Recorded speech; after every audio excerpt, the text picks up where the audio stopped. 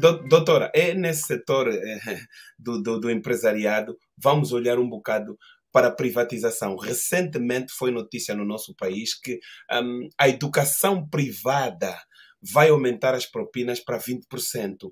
E agora nós temos uma outra notícia, que a opção de educação para o nosso país é a educação privada. Quer dizer que aquele pai que já tem um salário pequeno, magrinho, que já está a tentar emigrar, agora, se ele não conseguir pagar a educação do seu filho, o seu filho fica de fora e é negado à escola. Realmente isto nos mete a pensar e a refletir, porque os dados apontam que há determinados municípios que têm mais escolas privadas do que escolas estatais. Por que o Estado angolano está a entregar a educação ao privado? Há alguma conversa? Sabe de alguma coisa, doutora Maela Web? É assim, infelizmente o que acontece nesse momento em Angola, e vou dar o exemplo do município de Viana. O município de Viana atualmente é o município mais populoso da capital, da província de Luanda. E neste município há mais colégios privados do que escolas públicas. Ou seja, as crianças do município de Viana, a oferta que têm para a sua educação são os colégios privados e não as escolas públicas. O que se passa? Como o investimento na educação é mínimo, portanto, o investimento na educação tem sido entre 5% a 7%, não mais do que isso, não são construídas escolas suficientes para as crianças angolanas. Logo, o que acontece? Se um determinado município tiver colégios, os pais optam por colocar o filho no colégio quando não conseguem a vaga na escola pública. E isto é que está errado. A escola pública deveria ser a primeira opção. E isso por quê? Porque, de acordo com a nossa Constituição, é uma tarefa fundamental do Estado garantir o acesso universal, gratuito, da escolaridade mínima obrigatória. É o que estabelece a nossa Constituição no artigo 21. Ou seja, os serviços de educação primária, a educação primária, nos termos da Constituição, é obrigatória e é gratuita. Então, o Estado deve garantir que toda criança que esteja no ensino primário tenha uma escola pública onde possa estudar, aprender a ler, a escrever, a fazer contas de somar, de multiplicar, de dividir e de subtrair. Portanto, o Estado tem de garantir esta educação, a educação primária, que é obrigatória e é gratuita. Não fazendo isso, significa dizer que quem está a gerir o dinheiro dos angolanos está a gerir mal no que diz respeito ao setor da educação. Por quê? Porque não investe nesse setor. Não faz escolas suficientes.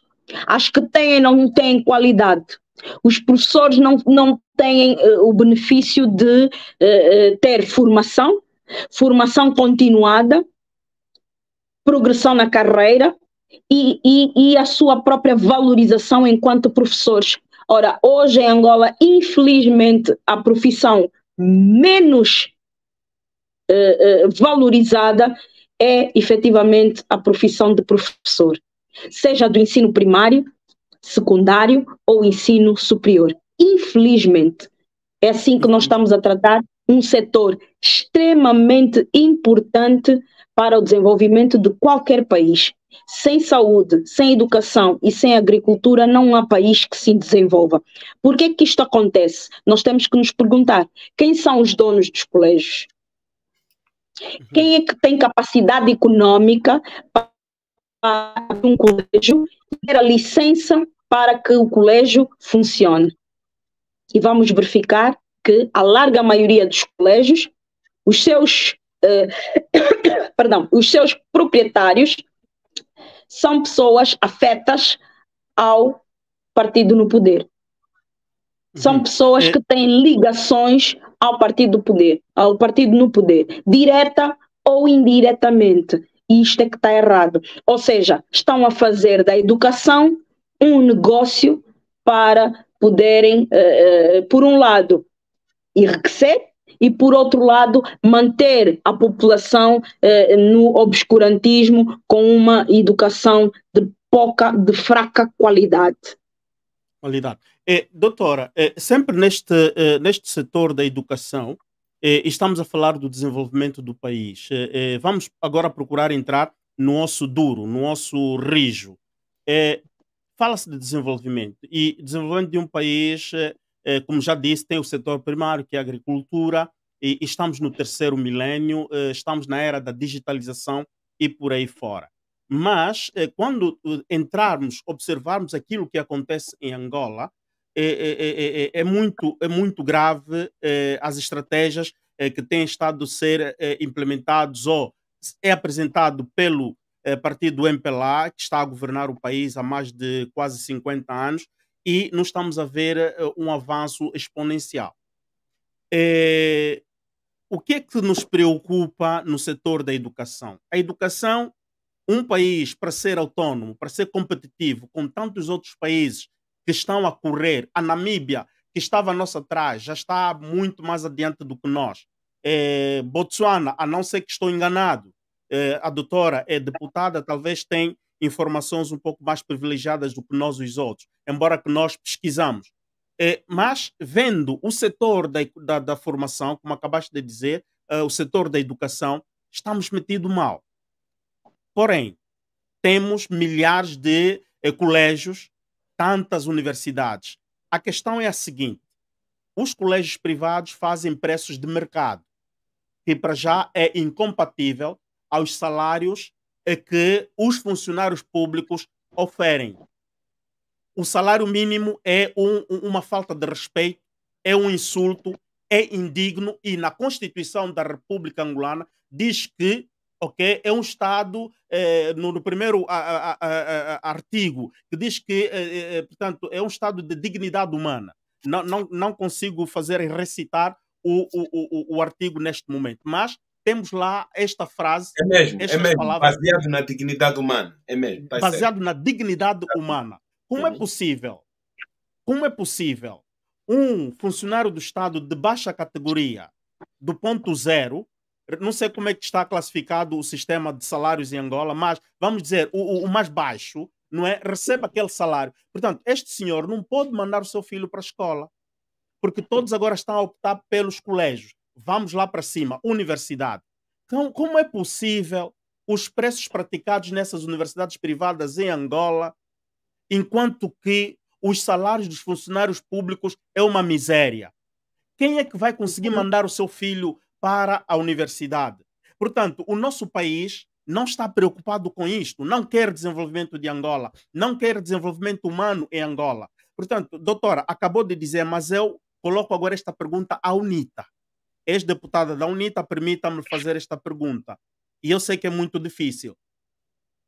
Qual é a batalha que a UNITA tem em agenda no que concerne à educação, olhando para a nossa juventude, olhando para a nossa Angola daqui 15 anos, daqui 20 anos, daqui 100 anos? Porque se nós não investirmos na educação, o nosso país estará entregue totalmente na mão do estrangeiro e nenhum angolano vai ter direito à voz. Isto é que está a acontecer. Doutora? A UNITA defende que para o setor da educação, o Orçamento Geral do Estado deveria ter uma verba, no máximo, de 20% do Orçamento Geral do Estado. E, portanto, depois iriam perguntar, mas com esses 20%, o que é que se vai fazer? De facto, eu quis perguntar, doutora, eu quis perguntar porque acrescento, nessa vossa batalha, pedindo esses 20%, até quando é que nós podemos zerar o analfabetismo em Angola? Exatamente. Nós entendemos, e desde 2002, que a guerra terminou, e houve a necessidade de se reconstruir o país, nós entendemos que em 20 anos deveria ter sido possível acabar com o analfabetismo em Angola, desde que houvesse vontade política. E, portanto, naquela altura não era possível chegar aos 20%, mas se gradualmente, de 3 em 3 anos, se subisse 2, 3 pontos percentuais ao orçamento do setor da educação, hoje nós estaríamos a chegar quase aos 20%. Portanto, o aumento, o incremento não é abrupto. Não. Hoje estamos em 6%, aumentamos já o próximo ano para 20%. Não. Tem de ser gradual. E gradual por quê? Porque primeiro nós temos que construir as escolas. Depois nós temos que, quando digo construir, é apetrechá-las. Depois nós temos que valorizar o capital humano. E valorizar o capital humano exige muito dinheiro. É diferente formar um determinado cidadão numa área, é mais fácil formar um determinado cidadão numa área do que formar um professor, um bom professor. Que este também é outro problema. É que podemos ter muitas escolas, quer públicas, quer privadas, mas a qualidade dessas escolas é questionável. Porque eu, por acaso, sou docente e recebo no primeiro ano vários alunos do ensino médio que muitos deles não sabem escrever. Não sabem fazer, redigir um texto sem erros. E, portanto, a larga maioria deles veio quer das escolas públicas, quer dos colégios privados. Portanto, a qualidade praticamente é quase a mesma. Então, nós temos que investir na formação dos formadores. E isso é um investimento que qualquer país que quer efetivamente ser desenvolvido tem de fazer.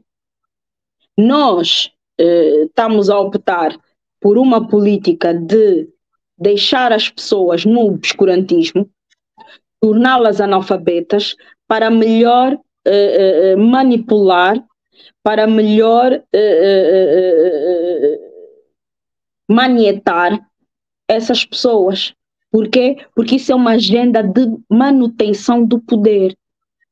Quem tem agenda simples de manutenção do poder nunca vai investir no setor da educação de modo correto. E é isso que os angolanos têm de perceber.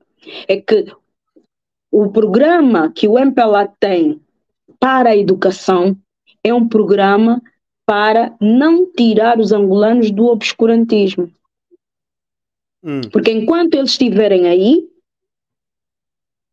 melhor, não vão saber os seus direitos, não vão reclamar os seus direitos e, portanto, não vão exigir que os servidores públicos façam exatamente aquilo que devem fazer. A larga maioria das pessoas que não têm acesso à informação, não têm acesso ao conhecimento, quando os dirigentes vão às suas comunidades inaugurar um chafariz, eles batem palmas e acham que lhes estão a fazer um favor. Quando nós estamos em pleno século XXI, ok? Aquele dirigente tem dinheiro do erário suficiente para colocar água canalizada em toda a comunidade, ele prefere construir um chafariz com menos custos e o resto do dinheiro desvia. E a população ali ainda bate palmas e acha que ele está a fazer um grande favor. Por quê? Porque não tem acesso à educação. Porque não tem acesso à escolaridade. Porque a escolaridade que tem é deficitária e não lhe permite pensar e ter consciência crítica daquilo que É o dinheiro público que deve servir à comunidade e como é que deve servir à comunidade.